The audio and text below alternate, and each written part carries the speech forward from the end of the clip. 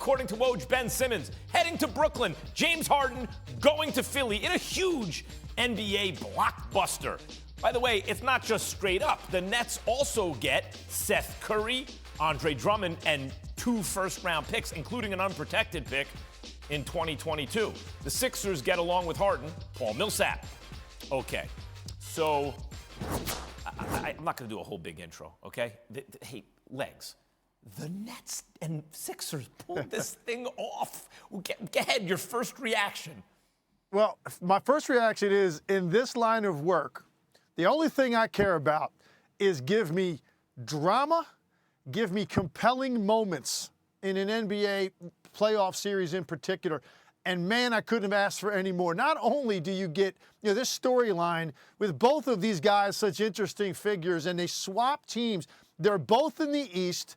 And now your mind just dances around the possibility that the Nets and the Sixers could potentially play each other in the postseason in the Eastern Conference. Probably would end up being a second-round matchup, but it is possible now. And man, oh man, can I not wait to see that, because Ben Simmons and his actions and what he has done since last summer has created so much drama. These two teams, we've got this instantaneous overnight rivalry, Max, that didn't exist about a half an hour ago. I think about the Nets, and Harden showed up fat and out of shape, looking a hot mess originally, right, last year. But he was like the best player in basketball game for game. He played like the best I've ever seen him play. You can't play point guard better than that. But he was the point guard, not Kyrie, right? But then I think about the playoffs. They were handing it to the Bucks. They were killing the Bucks, and that was without Harden. That was with Kyrie and KD. So now is Kyrie, I guess, is just a point guard in Brooklyn now, but he's not going to be there half the time. How does this work, Legs, in Brooklyn? Yeah, listen, I think when it's all said and done, Ben Simmons does have a lot of value, and actually this is probably the one team he could have gone to that's got guys in place to protect him from his weaknesses. He can really flourish here. He's going to give them something they desperately need, which is a defensive presence all over the floor. This is one of the best defensive players in the league. He's going to give them pace offensively with his vision and his ability to create easy shots, not just for the stars, but for those role players as well. Now, he's still got issues, obviously, late in games. What do you do with him? I think he's going to be more of a screen dive kind of guy, more of a cutter from the weak side in this offense, and I think that's going to be good for him because Kyrie and KD can take the pressure off of him. You also add a drop-dead shooter in Seth Curry. You get size up front that you needed in Andre Drummond. I think the Nets ultimately could be better down the road, and I also think, obviously, if you're the Sixers, you had no choice to make this move. Look, I think James Harden's got some warts. And I think there are some things that people in Philadelphia right now are forgetting about because they're so relieved to have Ben Simmons out of town and to bring in a star player like this. But James Harden has had moments in the postseason that have been head-scratching and mystifying.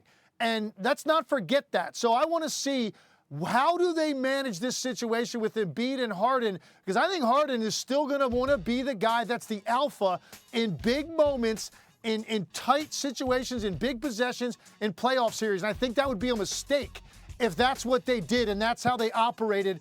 But I think ultimately that's the only thing that James Harden knows. So I still have a lot more to see with that pairing, but there is no question the Philadelphia 76ers got back every bit as much value as they ever could have dreamt in the situation and how it played out with Ben Simmons and a guy who flat out was never going to play there. To get a player like this, when you know you've got an asset that flat out will never step foot in your locker room again, you cannot ask for more on the part of the Philadelphia 76ers. The question is, Max, is it ultimately going to work? And is James Harden going to be good enough in those big moments in these tight series? Because the top of the East is an absolute juggernaut. You got Milwaukee, Miami playing great as well. Top of the East is going to be incredible. The second round on in the Eastern Conference playoffs, and James Harden is going to have to be huge in those moments. And he had moments in Houston when that wasn't the case. It's true, he did. But you think about like that Golden State team with KD, that even LeBron kind of ran up the white flag. There's nothing anyone could do.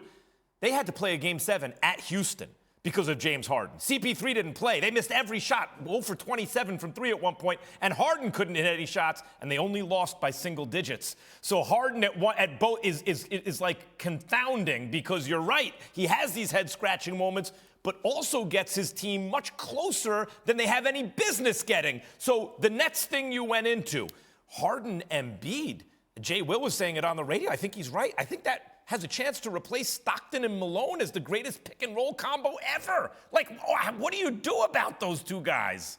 Yeah, listen, there are no answers for either one of those guys physically. They're two guys that overwhelm the people that are in front of them, right? There is no answer for Joel Embiid. I think he's been the best player in the NBA for the last 2 months.